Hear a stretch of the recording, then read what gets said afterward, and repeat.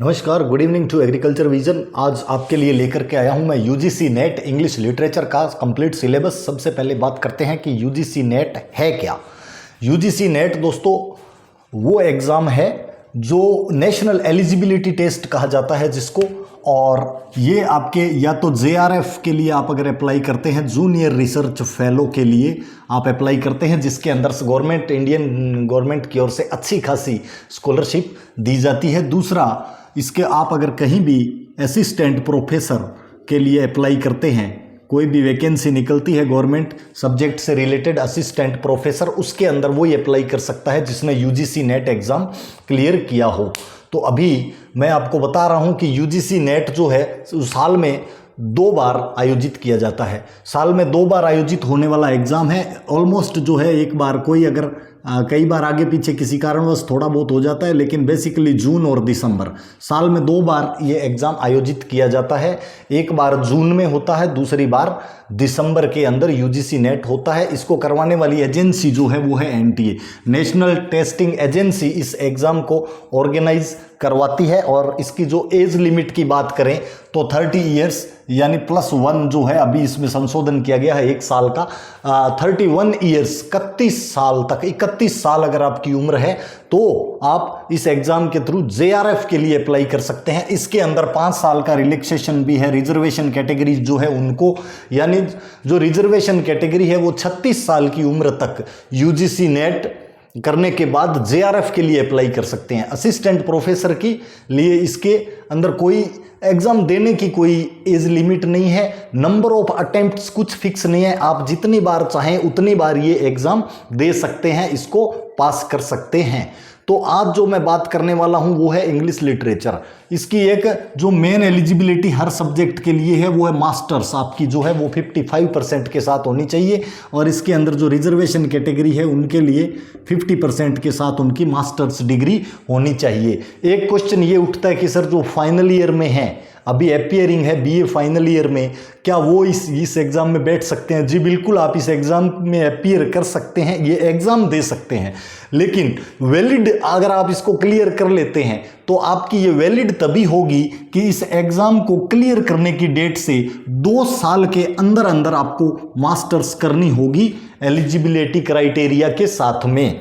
तब आपका ये, अगर आप मान लो आप बीए फाइनल में आप नेट कर लेते हैं, आपके नेट का रिजल्ट आ जाता है, तो जिस दिन आपका नेट का रिजल्ट डिक्लेयर होने वाली जो डेट है कि इस दिन आपने नेट क्लियर किया है, उस डेट से 2 साल के अंदर अंदर अगर आप मास्टर्स डिग्री हासिल कर लेते हैं एलिजिबिलिटी क्राइटेरिया के साथ में, तो आपका वो नेट जो है वो एलिजिबल रहेगा लाइफ टाइम। अगर आप ऐसा नहीं कर पाते हैं तो फिर वो आपका जो नेट है वो एलिजिबल नहीं रहेगा और मास्टर्स डिग्री लेने के बाद आपको ये दोबारा करना पड़ेगा। अब बात करते हैं पेपर की। तो इसके अंदर पेपर 2 होते हैं। एक होता है पेपर फर्स्ट, जिसके अंदर 50 मल्टीपल चॉइस क्वेश्चंस होते हैं। हर एक क्वेश्चन 2 नंबर का होता है, 2 मार्क्स का होता है, तो ये आपका 100 मार्क्स का पेपर होगा। और ये दोनों पेपर कंटिन्यू होते हैं, 3 घंटे का आपका पेपर होगा। 3 घंटे का कंटिन्यूअस पेपर होता है, बीच में कोई ब्रेक नहीं होता। आपको 2 पेपर करने होते हैं। और जो पेपर सेकंड है वो आपका होता है सब्जेक्टिव। पहले वाला जो पेपर है पेपर 1 वो हर सब्जेक्ट के लिए कॉमन होता है, उसका सिलेबस हर सब्जेक्ट के लिए सेम है। जब पेपर सेकंड की आप बात करते हैं तो पेपर सेकंड आपका सब्जेक्ट वाइज आता है। तो सबसे पहले मैं आपको बता देता हूं कि पेपर फर्स्ट जो कॉमन है उसका सिलेबस क्या है, उसके अंदर कौन कौन से सब्जेक्ट कवर किए जाते हैं। पेपर 1 के अंदर जो पहला सब्जेक्ट है आपका वो है रीजनिंग। रीजनिंग जो है वो पेपर 1 के अंदर आता है। नंबर 2 है कम्युनिकेशन। कम्युनिकेशन से रिलेटेड क्वेश्चंस आपके फर्स्ट पेपर के अंदर आते हैं, कम्युनिकेशन आपको पढ़ना पड़ेगा। और तीसरा ये क्या है कि प्रोफेसर के लिए है, असिस्टेंट प्रोफेसर यानी टीचिंग जॉब के लिए एग्ज़ाम है। इसके आप एलिजिबिलिटी अपनी शो करते हैं प्रोफेसर बनने के लिए, तो इसलिए इसमें टीचिंग एप्टीट्यूड है, ये भी एक सब्जेक्ट होता है जिसमें कि पढ़ाने के बारे में कि किस तरह से पढ़ाया जाता है, पढ़ाने की विधियाँ क्या है। रिसर्च एप्टीट्यूड, यहां से क्या है कि आप जेआरएफ, यानी जेआरएफ का मतलब हो गया जूनियर रिसर्च फेलो, आप रिसर्च लाइन में भी जा सकते हैं, इसलिए आपका एक रिसर्च एप्टीट्यूड का भी एग्जाम होगा। रीडिंग कॉम्प्रीहेंशन कि जो कॉम्प्रीहेंशन होता है उसको पढ़ करके और उसके अंदर से आपको आंसर देने होते हैं, वो इसका एक पार्ट होता है फर्स्ट पेपर का। उसके बाद में है लॉजिकल रीजनिंग। लॉजिकल रीजनिंग यानी तार्किक जो रीजनिंग है, आपको तर्क देने होते हैं किसी भी क्वेश्चन के सपोर्ट में। उसमें आप कौन सा एप्रोप्रिएट जो है रीजन सेलेक्ट करते हैं, वो लॉजिकल रीजनिंग है। डाटा इंटरप्रिटेशन से संबंधित क्वेश्चन इस एग्जाम के अंदर आपके आते हैं, तो डाटा इंटरप्रिटेशन भी इस सिलेबस का आपका पार्ट 1 का जो है एक पार्ट है। पीपल एंड एनवायरनमेंट, लोग और पर्यावरण, कि लोग कैसे हैं, उनका किस तरह का पर्यावरण है, सामाजिक वातावरण क्या है, उसके ऊपर पीपल एंड एनवायरनमेंट आपका होता है। इंफॉर्मेशन एंड कम्युनिकेशन, ये इंफॉर्मेशन टेक्नोलॉजी से रिलेटेड क्वेश्चन आते हैं कि कम्युनिकेशन के अंदर नया क्या हुआ, इंफॉर्मेशन टेक्नोलॉजी में क्या नया हुआ। तो इंफॉर्मेशन एंड कम्युनिकेशन भी पेपर 1 का पार्ट है।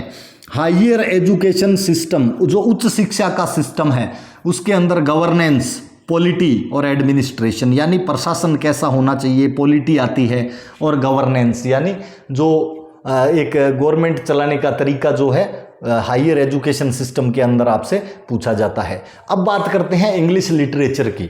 तो देखिए, जो भी आपका सब्जेक्टिव पेपर होगा, यहाँ पे मैं पर्टिकुलरली आज इंग्लिश लिटरेचर की बात कर रहा हूँ, लेकिन आपका जो भी सब्जेक्ट होगा उस सब्जेक्ट का आपका सब्जेक्टिव पेपर जो होता है उसमें 100 मल्टीपल चॉइस क्वेश्चन आते हैं, और ये भी होता है हर क्वेश्चन 2 मार्क्स का। तो यानी 200 मार्क्स वो हो गए और 100 हो गए ये, यहाँ पे टोटल आपके हो गए 200 मार्क्स और 100 हो गए इधर वाले। तो आपके पेपर के मैक्सिमम मार्क्स कितने हो गए, आपके मैक्सिमम मार्क हो गए 300, यानी 300 मार्क्स का 300 नंबर का आपका जो पेपर होगा। अब इसके अंदर जो पेपर 2 इंग्लिश लिटरेचर की मैं बात कर रहा हूं, इंग्लिश लिटरेचर के अंदर क्या आने वाला है, तो जो आपका सब्जेक्टिव पेपर है इंग्लिश लिटरेचर का, उसका पहला यूनिट है ड्रामा। ड्रामा के अंदर आपको ये पढ़ना पड़ेगा कि ड्रामा जो है वो किसने लिखना शुरू किया, इनिशियल राइटर कौन थे, ड्रामा की हिस्ट्री क्या है, ड्रामा कितने प्रकार का होता है, और ड्रामा से रिलेटेड जो टर्म्स होते हैं कि ड्रामा के अंदर क्या क्या दिखाया जाता है आपको, वो सारे के सारे आपको ड्रामा के अंदर पढ़ना है। इसके बाद में आती है पोइट्री। तो पोइट्री के अंदर जो भी इंपॉर्टेंट पार्ट होता है पोइट्री का, कि कितने टाइप की पोइट्री होती है, कौन कौन से जो पोइट हैं उनकी जो शैली है, लिखने की स्टाइल है वो कौन सी रही, राइम स्कीम क्या होती है, पोइट्री से रिलेटेड लिटरेरी डिवाइसेस क्या होते हैं, वो सारा का सारा आपसे पोइट्री में पूछा जाता है। फिर आती है फिक्शन और शॉर्ट स्टोरी। तो फिक्शन और शॉर्ट स्टोरी यानी जो लिटरेचर का एक पार्ट होता है, फिक्शन या शॉर्ट स्टोरी, जो लघु कहानियां लिखी जाती है, उनके अंदर से क्वेश्चन आते हैं कि कितने प्रकार की लिखी जाती है, किस किस शैली में लिखी जाती है, लिखने की स्टाइल क्या होगी, आर्ट ऑफ राइटिंग से संबंधित फिक्शन और शॉर्ट स्टोरी के अंदर क्वेश्चन आएंगे। इसका जो 4th यूनिट है वो है आपका नॉन फिक्शनल प्रोज, यानी सीधा जो एक पैराग्राफ लिखा जाता है जिसमें कोई फिक्शन नहीं होता है, उसके बारे में कि नॉन फिक्शनल प्रोज जो है उसके क्वालिटीज़ क्या है, उसके कैरेक्टरिस्टिक्स वगैरह, वो नॉन फिक्शनल प्रोज के अंदर आ जाते हैं। अब बात करते हैं लैंग्वेज, यानी आप इंग्लिश लिटरेचर का पेपर दे रहे हैं, या जैसे मान लो हिंदी लिटरेचर का दे रहे हैं तो लैंग्वेज हो गई हिंदी, इंग्लिश लिटरेचर का दे रहे हैं तो आपकी लैंग्वेज क्या होगी, इंग्लिश। तो उस इंग्लिश लैंग्वेज के बेसिक कंसेप्ट्स क्या हैं, यानी जो इंग्लिश हम यूज करते हैं डेली लाइफ के अंदर, राइटिंग के अंदर, स्पीकिंग के अंदर, उस इंग्लिश के बेसिक कंसेप्ट्स क्या होते हैं। तो यूनिट 5th जो है वो इंग्लिश के बेसिक कंसेप्ट से रिलेटेड आपका होता है। यूनिट 6 है आपका इंग्लिश इन इंडिया, यानी हमारा देश जो है इंडिया, भारत के अंदर इंग्लिश का इतिहास क्या है, हिस्ट्री, इवोल्यूशन एंड फ्यूचर क्या है, कि क्या इतिहास रहा, क्या इवोल्यूशन, उदय कैसे हुआ भारत के अंदर इंग्लिश का, और इंग्लिश का फ्यूचर क्या है भारत के अंदर, इंडिया के अंदर इंग्लिश का फ्यूचर क्या है, ये इंग्लिश इन इंडिया वाला जो यूनिट है इसके अंदर आपको पढ़ना होता है। इसके बाद में है कल्चरल स्टडीज, यानी इंग्लिश के बारे में जो कल्चर है उस कल्चर को आपने स्टडी करना है कि जो इंग्लिश लैंग्वेज है ये किस कल्चर से रिलेटेड है और किस तरीके से कल्चर के अंदर इसका इंपॉर्टेंस है। तो इंग्लिश से रिलेटेड जो कल्चरल स्टडीज है वो आपके यूनिट 7 में आती है। 8th है आपका लिटरेरी क्रिटिसिज्म, क्रिटिसिज्म होता है जी आलोचना, जो आप बहुत ज़्यादा करते हैं। जैसे विराट कोहली खेल रहा है, वो कोई गलत शॉट खेल गया तो मैच देखने वाला आदमी बोलता है यार ऐसे नहीं खेलना चाहिए था, ऐसे करके ऐसे मारता ना तो श्योर ये बॉल बाहर जानी थी। तो इसी तरीके से आपको जो पोइट्री के अंदर क्रिटिसिज्म होता है उसको पढ़ना है कि किस तरीके से पोइम्स की, फ्रेजेस की आलोचना की जाती है कि यार इसके अंदर ये चीज़ थोड़ी सी गड़बड़ होगी, नहीं तो ये और अच्छी हो जाती, वो क्रिटिसिज्म होता है।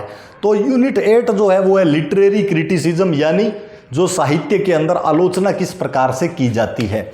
9th है आपकी literary theory post world war second, कि जो वर्ल्ड वार सेकंड होता है उसके बाद में जो लिटरेरी थ्योरी है वो किस प्रकार की आई, लिटरेचर के अंदर किस तरीके के परिवर्तन हुए, कौन सा सिद्धांत जो है इंग्लिश लिटरेचर के अंदर वर्ल्ड वार सेकंड के बाद फॉलो किया गया, उससे रिलेटेड आपका है यूनिट 9th। अब बात करते हैं लास्ट और फाइनल 10th यूनिट की। तो देखिए रिसर्च मेथड्स, कि इंग्लिश के अंदर रिसर्च के तरीके क्या हो सकते हैं और रिसर्च का मटेरियल क्या हो सकता है, इसके ऊपर क्वेश्चंस आते हैं कि इंग्लिश के अंदर कितने तरीके से रिसर्च किए जा सकते हैं और किस किस मटेरियल पे आप इंग्लिश के अंदर रिसर्च कर सकते हैं। ये आपका जो सब्जेक्ट से संबंधित सिलेबस है वो है इंग्लिश लिटरेचर का।